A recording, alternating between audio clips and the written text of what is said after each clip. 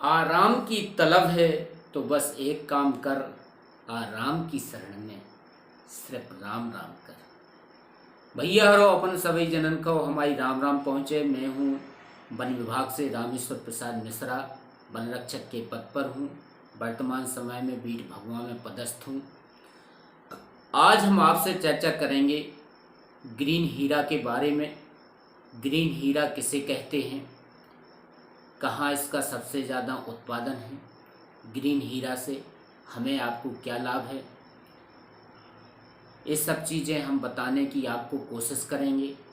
तो आइए, सबसे पहले मैं आपको बताना चाहता हूँ कि हम सभी लोग बहुत ही गौरवशाली हैं, भाग्यशाली हैं कि जो हम आपने एक ऐसे देश में जन्म लिया है जिसको सोने की चिड़िया कहा जाता है। क्या कहा जाता है? सोने की चिड़िया कहा जाता है। हमारे भारत देश में विभिन्न प्रकार की वनस्पतियां हैं जो हमें आपको विभिन्न प्रकार से लाभ देती रहती हैं, प्रत्यक्ष रूप से, अप्रत्यक्ष रूप से। मैं आप सबको बताना चाहता हूं कि अपने देश में, भारत देश में, भारत की पावन धरा पर कुल 47,000 वन वृक्षों की प्रजातियां हैं, जिनमें से 5,000 वन वृक्षों की प्रजातियां ऐसी हैं जो विश्व के किसी अन्य देशों में नहीं पाई जाती हैं। ये केवल मात्र हमारी भारत की पावन धरा पर ही पाई जाती हैं, जिनमें से कुछ प्रजातियां ऐसी हैं जो संजीवनी बूटी का काम करती हैं, जीवनदायिनी हैं, असंभव को संभव बनाती हैं। इस प्रकार की प्रजातियां हैं।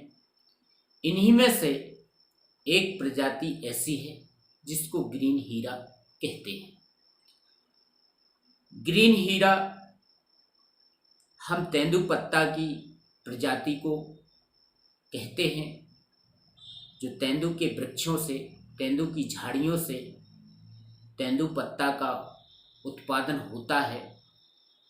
छोटे छोटे गरीब परिवार के लोग तेंदुपत्ता को संग्रहित करते हैं, उसको ग्रीन हीरा कहते हैं। क्योंकि ये तेंदुपत्ता लाखों, करोड़ों, अरबों रुपए में बिकता है। इसका बहुत बड़ा भारत देश में व्यापार होता है। तो ये तेंदुपत्ता हीरा के समान है, इसलिए इसको ग्रीन हीरा कहते हैं। ये तेंदुपत्ता छोटे से छोटे परिवार को लाभ पहुंचाता है, बड़े से बड़े परिवार को लाभ पहुंचाता है। बहुत बड़ा इसका व्यापार होता है। इस व्यापार में विभिन्न प्रकार के लोग जुड़े रहते हैं, छोटे छोटे परिवार के लोग जुड़े रहते हैं।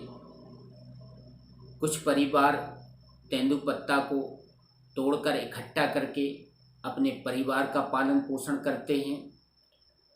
कुछ परिवार पूरे वर्ष तेंदुपत्ता से बीड़ी बनाकर अपने परिवार का पालन पोषण करते हैं, और कुछ परिवार तेंदुपत्ता का व्यापार करके अपने जीवन को चलाते हैं और इसका लाभ लेते हैं। इसलिए इसको ग्रीन हीरा कहते हैं। इस ग्रीन हीरा का उत्पादन सबसे ज़्यादा हमारे भारत देश में होता है। मैं आपको बताना चाहता हूं, सुनकर आप लोगों को खुशी होगी कि इसका सबसे ज़्यादा उत्पादन हमारे मध्य प्रदेश की पावन भूमि पर होता है।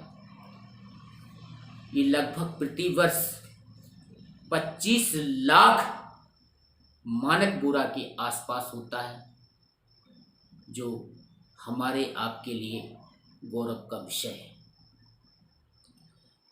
मैं आपको बताना चाहता हूं कि इस ग्रीन हीरा से बीड़ी बनती है, बीड़ी के उद्योग चलते हैं, लोगों को रोजगार के साधन मिलते हैं, आत्मनिर्भर बनते हैं लोग। ये ग्रीन हीरा हमारे आपके लिए बहुत ही उपयोगी है। मैं आपको बताना चाहता हूं कि इस ग्रीन हीरे से, तेंदुपत्ता से मुख्य रूप से बीड़ी बनाई जाती है।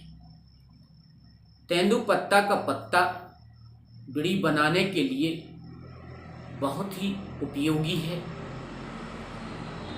ये सबसे अच्छा पत्ता माना जाता है, बीड़ी के लिए उपयुक्त है, क्योंकि ये आसानी से लपट जाता है,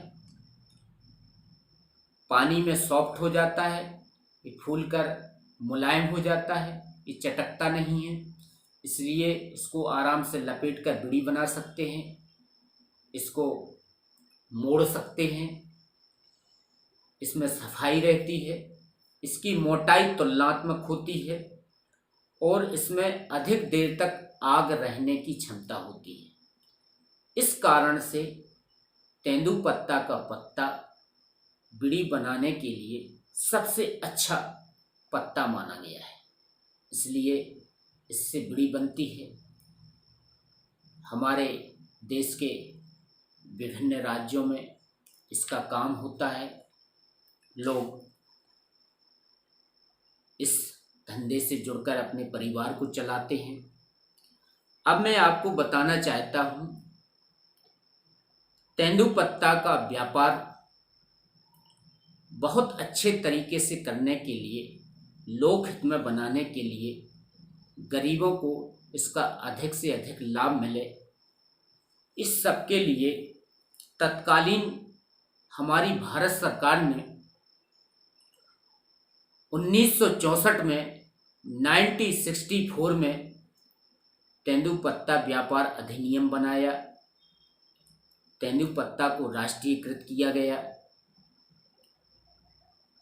इस अधिनियम से नियम बनाकर विभिन्न राज्यों में तेंदुपत्ता खरीदी का काम किया जाता है। कई राज्य सरकारों ने इसको और बेहतर बनाने के लिए आवश्यकता अनुसार और अच्छे नियम बनाए। जैसे तत्कालीन हमारी मध्य प्रदेश की सरकार ने 1984 में 1984 में लोकहित में, जनहित में, गरीबों के हित में तेंदुपत्ता से अधिक लाभ मिले, इस दृष्टि से एक राज्य लघु वन उपज बोर्ड का गठन किया गया। इस बोर्ड के माध्यम से तेंदुपत्ता का व्यापार और बेहतर बनाया गया, लोकहित में किया गया। आवश्यकता पड़ने पर और व्यापार को अच्छे तरीके से बनाने के लिए तत्कालीन मध्य प्रदेश सरकार ने 1988 में 1988 में प्राथमिक वन उपज सहकारी समितियों का गठन किया। द्वितीय स्थान पर जिला वन उपज संघ यूनियन बनाए गए, जिनके माध्यम से तेंदुपत्ता खरीदी का काम किया जाता है। तेंदुपत्ता का खरीदी का काम मुख्य रूप से समितियां करती हैं। द्वितीय स्थान पर इसका नियंत्रण जिला वन उपज संघ के द्वारा किया जाता है। तो मैं आपको बताना चाहता हूं कि नीचे जिम्मेदारी आती है हमारी आपकी, क्योंकि आवश्यकता अनुसार भारत सरकार ने नियम बनाए, राज्य सरकारों ने बनाए। इसके बाद जिम्मेदारी नीचे स्तर पर आती है हमारी आपकी कि हम इस व्यापार को और अच्छा बनाएं और बेहतर बनाएं, ग्रीन हीरा को और बेहतर बनाएं, इस सब के लिए जिम्मेदारी बनती है हमारी आपकी। तो हम आप लोग संकल्प लें कि हम इस व्यापार को और बेहतर बनाएं, अच्छा बनाएं, लोक हित में बनाएं, गरीबों के हित में बनाएं। तो इस सब के लिए हमें सावधानी पूर्वक समय समय पर मेहनत और लगन से काम करना होगा। सबसे पहले तेंदुपत्ता संग्राहकों को जागरूक करना होगा, उनको बताना होगा कि जब भी वनों में तेंदुपत्ता की झाड़ियों से तेंदुपत्ता इकट्ठा करने के लिए जाएं, तोड़ने के लिए जाएं, तो सबसे पहले इस बात का ध्यान रखें कि एक छोटी सी हमारी गलती व्यापार पर भारी पड़ सकती है। ये गलती है क्या? गलती है हमारी कि हम तेंदुपत्ता तोड़ते समय गलत पत्ते का चयन ना करें। चयन मतलब खराब पत्ता ना तोड़े, लाल पत्ता ना तोड़े, कटा फटा माता वाला पत्ता ना तोड़े, कच्चा पत्ता ना तोड़े, छोटा पत्ता ना तोड़े, क्योंकि इन पत्तों को तोड़ने से हमारा आपका बहुत बड़ा नुकसान होता है। एक तो हमारा व्यापार खराब हो जाता है, व्यापार में नुकसान हो जाता है। ये नुकसान किसी एक व्यक्ति का नहीं, ये नुकसान हम सबका नुकसान है, जन जन का नुकसान है, हमारी भारत सरकार का नुकसान है, हमारी प्रदेश सरकार का नुकसान है, हम सबका नुकसान है। तो इस नुकसान को बचाने के लिए हमें खराब पत्ते का चयन नहीं करना है, हमको बिल्कुल नहीं तोड़ना है। हमको उस पत्ते को तोड़ना है जो बीड़ी बनाने योग्य हो, पका हुआ पत्ता हो, प्रत्येक पत्ता में फरमा लग जाए, प्रत्येक पत्ता में बीड़ी बन जाए, बीड़ी बनाने योग्य पत्ता हो, ऐसा पत्ता हमें चयन करना है। उसी पत्ते को हमें तोड़ना है जो गुणवत्ता युक्त हो, बीड़ी बनने योग्य हो, अच्छा पत्ता हो, व्यापार को अच्छा बनाए, बेहतर बनाए, अधिक से अधिक हमें आपको लाभ मिले, ऐसे पत्ते का हमें मिलकर चयन करना है। जब हम खराब पत्ता तोड़ेंगे नहीं तो बंधने का सवाल ही नहीं होता है। हम अच्छा पत्ता जब तोड़कर लाएंगे घर पर तो गिड्डियों में भी अच्छा पत्ता आएगा। तो हमें क्या करना है, घर पर जब लाएं 25-25 पत्ते दोनों तरफ जोड़ें और 50 पत्ते की एक गिट्टी बनाएं, उसका बंधान अच्छी तरह से बांधें, छूटे नहीं, टूटे नहीं, फटे नहीं, गिट्टी सुरक्षित रहे, इस तरीके से हमें बांधना है, सावधानी पूर्वक बांधना है। गिट्टी में संख्या कम नहीं हो, गिट्टी में संख्या 50 पत्ते की हो, कम नहीं होना चाहिए। ये एक दो पत्ता हमारा आपका बहुत बड़ा नुकसान कर देता है।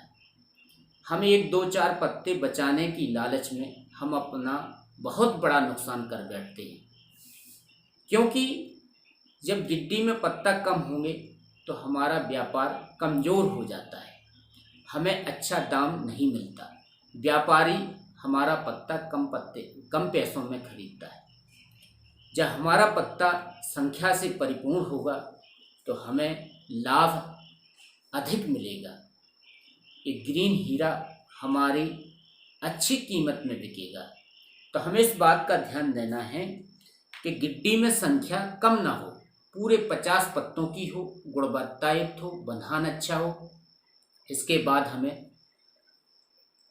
संग्रहण केंद्र पर ले जाना है, वहाँ चट्टे लगाकर गिनती करवाना है। चट्टे जरूर लगाना है, चट्टे से क्या होगा, हमारा आपका बहुत बड़ा लाभ होगा। एक तो फड़मुंसी बदमाशी नहीं कर पाएगा, दूसरी चीज हमारी गिट्टी की संख्या कोई भुला नहीं सकता। किसी कारणवश गलतीवश यदि कोई भुलाता है तो हम अगले दिन अपने चट्टों को मुंशी को गिनवा सकते हैं कि भैया ये देख लो, ये हमारा चट्टा है, ये संख्या है। तो हमें गिनती करने में आसानी होती है चट्टा लगाने से, तो चट्टा जरूर लगाएं। अगली बात आ जाती है कर्मचारियों की, फड़मुंसी की, कि संग्रहित गड्डी का उपचार सावधानी पूर्वक हो, समय पर हो, क्योंकि उपचार में एक छोटी सी गलती व्यापार को बहुत बड़ा नुकसान पहुंचाती है। तो ये गलती ना हो, उपचार विधिवत हो, समय पर गिड्डी की लौटाई पलटाई हो, समय पर ढेरियां लगें, मानक बोरे भरे जाएं, रात्रि के समय भर्ती हो, सिंचाई सही ढंग से हो ढेरियों की, ताकि गड्डी फूल जाए, सॉफ्ट हो जाए, मुलायम हो जाए, भरने में आसानी हो, पत्ता चटके नहीं, टूटे नहीं, फटे नहीं, यानी कि व्यापार का नुकसान ना हो, सीधी बात। क्योंकि तेंदुपत्ता के हर काम में सावधानी के साथ काम करना होता है, क्योंकि हर काम तेंदुपत्ता का टेक्निकल है। सावधानी हटी और व्यापार में दुर्घटना घटी।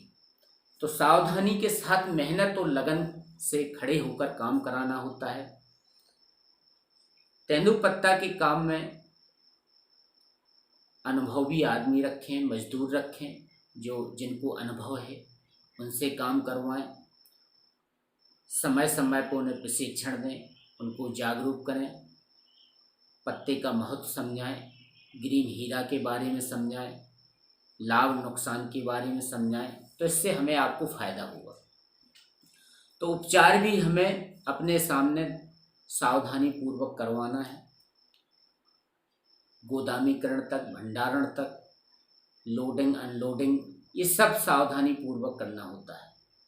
क्योंकि छोटी सी गलती व्यापार पर भारी पड़ सकती है। जहां हमने सावधानी नहीं रखी वहीं नुकसान हो जाता है। तेंदुपत्ता को अनेकों प्रकार से खतरा रहता है, पानी से खतरा, दीमक से खतरा, धूप से खतरा। ज़्यादा दिन धूप में डाला रहेगा तो खराब हो जाएगा, पानी आ जाएगा तो उसमें खराब हो जाएगा, दीमक लग जाएगी तो उसमें खराब हो जाएगा। यानी कि हमें सहेज सहेज के तेंदुपत्ता का व्यापार करना होता है, चाहे साफ कर्तन का काम हो या संग्रहण का हो, लौटाई पलटाई हो, परिवहन हो, बोरा भर्ती हो, भंडारण हो, बोरा सुखाना हो।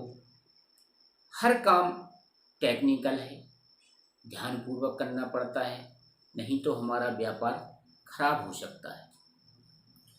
तो मैं आशा करता हूँ कि आप सभी लोग सावधानी पूर्वक करेंगे, नियम अनुसार, विधि अनुसार करेंगे, बोरों को सिलाई ढंग से कराएंगे, उसमें गिट्टी संख्या की पर्ची डालेंगे, बोरों पे रंग रोगन से लिखेंगे, बोरों को सुखाकर गोदाम में भेजेंगे, गीला पत्ता नहीं भेजना है।